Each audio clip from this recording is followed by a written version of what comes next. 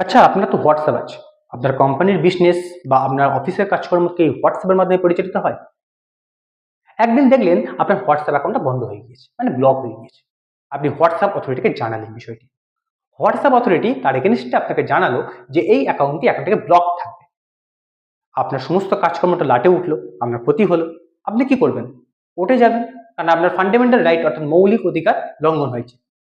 কিন্তু কোর্ট কি সেটা মনে করছে?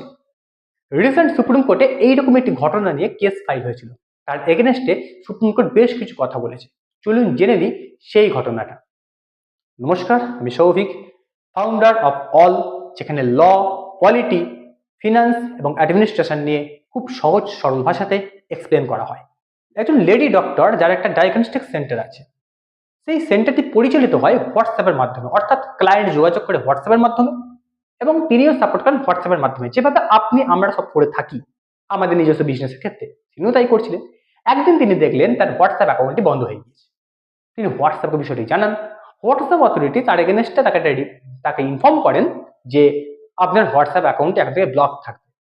তার বিজনেসে তো ক্ষতি হলো ভাই, কারণ তার লস হচ্ছে, তার রেপুটেশন নষ্ট হচ্ছে, তার কাজকর্মের ক্ষতি হচ্ছে, অর্থাৎ তার মৌলিক অধিকার তার নষ্ট হচ্ছে বলে তার মনে হলো। তিনি কি করলেন? তিনি চলে গেলেন কোর্টে। আর্টিকেল 32 এর আন্ডারে তিনি সুপ্রিম কোর্টে, অনারেবল সুপ্রিম কোর্টে একটি পিটিশন ফাইল করলেন। সেখানে তিনি কি বললেন? না, এই হোয়াটসঅ্যাপ বন্ধ করে দেওয়ার জন্য এরকম ক্ষতি হচ্ছে, ফলত তিনি যান, অর্থাৎ সুপ্রিম কোর্ট যান এটাকে ফান্ডামেন্টাল রাইট লঙ্ঘন হিসেবে দেখে এবং দেশব্যাপী যেন একটি ট্রান্সপারেন্ট সিস্টেমের মাধ্যমে এই ব্লক বা সাসপেনশন সিস্টেমটাকে পরিচালনা হয়, সেই বিষয়ে যেন হোয়াটসঅ্যাপ কোম্পানিকে ডাইরেকশন দেয়। যথারীতি সুপ্রিম কোর্টে কেসটি ওঠে। অনারেবল জাস্টিস বিক্রম নাথ এবং সন্দীপ মেহতার বেঞ্চে এটি ওঠে। তারা পুরো বিষয়টি শোনেন। শোনার পরে তাদের দুটি প্রশ্ন আসে। First, WhatsApp private entity. কোনো ফান্ডামেন্টাল রাইট লঙ্ঘনের অভিযোগ প্রাইভেট এন্টিটির এগেনস্টে হয় না, কারণ ফান্ডামেন্টাল রাইট যে লঙ্ঘন হচ্ছে এই অভিযোগ শুধুমাত্র সরকারি সংস্থার বিরুদ্ধে বা সরকারের বিরুদ্ধে হতে পারে, কোনো প্রাইভেট কোম্পানির এগেনস্টে নয়। দ্বিতীয়ত, হোয়াটসঅ্যাপ কি state under article 12 of our constitution? No, কারণ হোয়াটসঅ্যাপ স্টেট নয়, সেটা প্রাইভেট এন্টিটি হতে পারে না।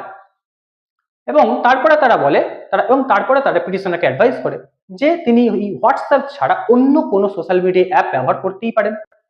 এবং সেই বিষয়ে জাস্টিস মেহতা তিনি বলেন যে আরেকটাই, অর্থাৎ ইন্ডিয়া যে নতুন যে অ্যাপ বলা হচ্ছে সেই অ্যাপটি আপনি ব্যবহার করতে পারেন, তার তাই সমস্যা হবে না, কারণ অন্য কোনো অ্যাপ ব্যবহার করুন, তার তো কোনো সমস্যা নেই। তো পিটিশনার তো একটুখানি মন খারাপ, কারণ স্বাভাবিকভাবে তিনি যেটা চাইলেন কোর্ট সেটা দিল না। তিনি কেস ফাইল করেছেন একটা রেমেডি পাওয়ার জন্য, অথচ রেমেডি আসছে না। সুপ্রিম কোর্ট কি করলো? সুপ্রিম কোর্ট তার এগেনস্টে রেমেডি একটা কিছু দিল। কি বললো? যে এটা ফান্ডামেন্টাল রাইটের এগেনস্টে কেস হবে না। তাহলে আপনাকে কি করতে হবে? আপনি চলে যান হাইকোর্টে, সেখানে রিট ফাইল করুন।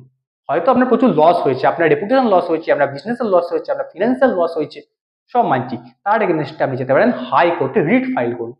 অথবা আপনি একটি সিভিল স্যুট ফাইল করুন, যেখানে আপনি মানিটারি কম্পেনসেশন পেতে পারেন। কিন্তু ফান্ডামেন্টাল রাইটের লঙ্ঘনের অভিযোগ আপনি আনতে পারেন না, কারণ এটা টোটালি প্রাইভেট কোম্পানির ম্যাটার। তাহলে কি হলো?